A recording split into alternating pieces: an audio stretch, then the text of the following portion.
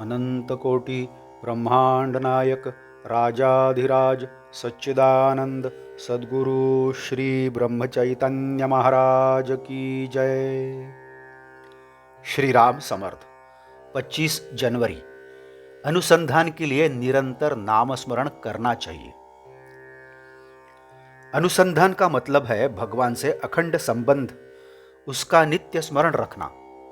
नाम स्मरण गृहस्थी के लिए यानी वह सुखदायक हो इसलिए नहीं, बल्कि उसकी आसक्ति कम हो इसलिए करना चाहिए।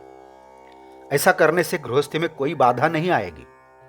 जो होगा सो अपनी भलाई के लिए ही होगा, ऐसा मानकर भगवान में विश्वास रखकर जीवन यापन करना चाहिए। एक सज्जन मुझसे मिले और कहने लगे, मैं जब खाली होता हूं तब नाम स्मरण करता हूं। तब मैंने उनसे कहा, पूरे जीवन में यदि महत्वपूर्ण समय कुछ है तो यही है, और यही समय सार्थक है। उसे आप निरर्थक क्यों कह रहे हो? उन्होंने आगे कहा, नसीब के भोग कुछ भी करो टलते नहीं, उन्हें भुगतना ही पड़ता है। सब संत ऐसा ही कहते हैं। यदि यह सच है तो जब हम नसीब के या प्रारब्ध के भोग भुगतते हैं तो बीच बीच में भगवान के नाम स्मरण की जरूरी ही क्या है? वस्तुतः यह प्रश्न बिल्कुल सही है। यह सच है कि हमें अपने नसीब के भोग भुगतने ही पड़ते हैं, लेकिन जब भोग भुगतने पड़ते हैं तब हमें चैन नहीं पड़ता।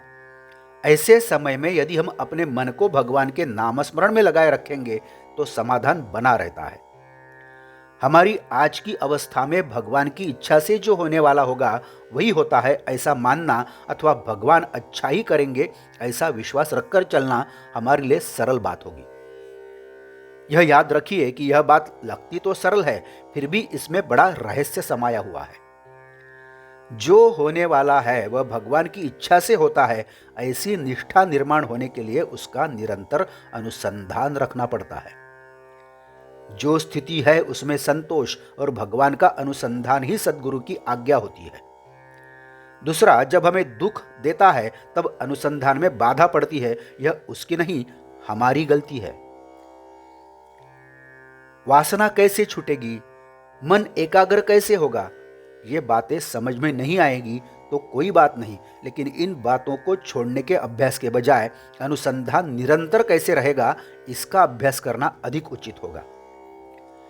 केवल भगवान के अनुसंधान रखने की बात सज जाएगी तो सभी गुण अपने आप विकसित होंगे। आप पूछेंगे यह कैसे होगा?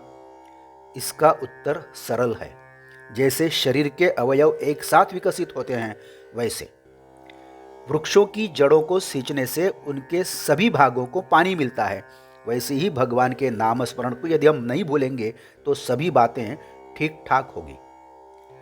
गीता में साक्षात भगवान अर्जुन को सुना रहे हैं, अज्ञान के अंधकार में दुख भोगते हुए तू मेरा स्मरण कर, मेरा अनुसंधान रख, तब तुझे भविष्य में प्रकाश दिखाई देगा।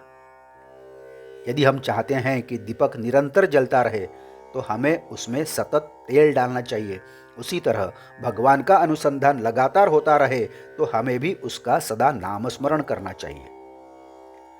जिसका अनुसंधान अखंड टिकता है उसका खाना पीना उठना बैठना आदि सभी क्रियाएं भगवान के लिए सेवा ही हो जाती है।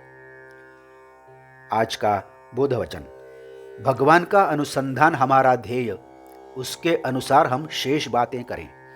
जानकी जीवन स्मरण जय जय राम। नमस्कार। मराठी और हिंदी में श्री महाराज की प्रवचनें आप हर रोज सुन रहे हैं, लेकिन आपसे विनती है कि कृपया चैनल को भेंट देकर प्लेलिस्ट देखिए। प्लेलिस्ट के जरिए आप कोई भी प्रवचन अपनी सुविधा के अनुसार सुन सकते हैं। मैं फिर से एक बार आपसे कहना चाहूँगा, यदि आपने अभी तक चैनल सब्सक्राइब नहीं किया है तो कृपया सब्सक्राइब करिए, लाइक करिए, शेयर करिए, कमेंट्स दें, बेल आइकन दबाना मत भूलिए। धन्यवाद। जय जय श्री राम।